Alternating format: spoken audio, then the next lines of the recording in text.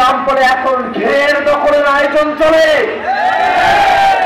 যার ঘের সে সেখানে চিংড়ি চাষ করতে পারে না, কোথাকার কোন পালিয়ে দেখা নেতা এখন এসে ঘেরের দখল নিতে চায়।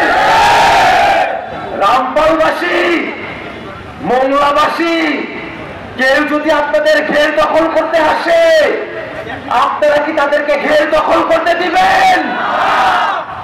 বাংলাদেশে যদি কেউ ঘের দখলের রাজনীতি করতে চায়, চাঁদাবাজির রাজনীতি করতে চায়, ছিনতাইয়ের রাজনীতি করতে চায়, কমিশনের রাজনীতি করতে চায়, বাংলাদেশের মানুষেরা যেমন করে শেখ হাসিনাকে বাংলাদেশ থেকে বিদায় করেছে, ওই ঘের দখলকারী চাঁদাবাজ কমিশন খোরদেরকেও বাংলাদেশ থেকে আমরা বিদায় করে দেবো ইনশাআল্লাহ।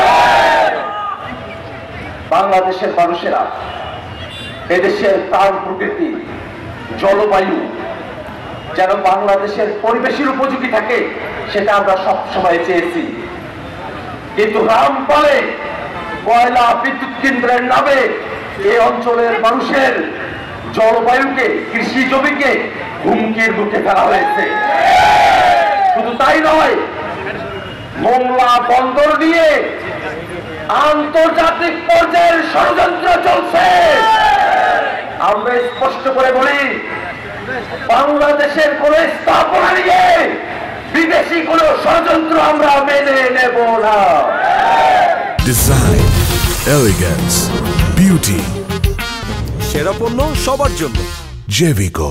ভাইরা আমার, এই বাংলাদেশে বিগত সময়ে গুম, খুন, ক্রসফায়ার, আয়না ঘরের নিপীড়ন আমরা দেখেছি।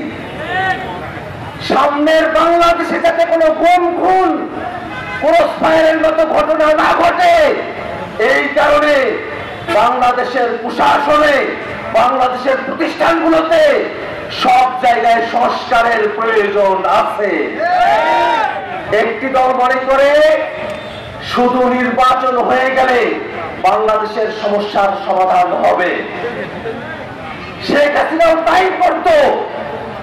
বাংলাদেশের মানুষের গণতন্ত্রকে সুরক্ষিত না রেখে 14, 18, 24-এর একতরফা রাতের ভোটের দামি নির্বাচন তারা করেছিল।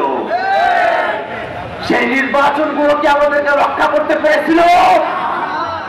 ঠিক তেমনই ভাবে যদি বাংলাদেশে প্রতিষ্ঠানগুলোকে সংস্কার করানো হয়, সাংবিধানিক প্রতিষ্ঠানগুলোকে দলীয়করণের হাত থেকে আমরা বাঁচাতে না পারি, বাংলাদেশের পুলিশ প্রশাসনকে যদি নিরপেক্ষভাবে জনগণের পক্ষে কাজ করাতে না পারি, শুধুমাত্র নির্বাচন দিয়ে গণতন্ত্রকে সুরক্ষা দেওয়া সম্ভব না। গণতন্ত্রকে সুরক্ষা দেওয়ার জন্যই সংস্কার করে নির্বাচন আয়োজন করতে হবে, বিচার করে নির্বাচন আয়োজন করতে হবে।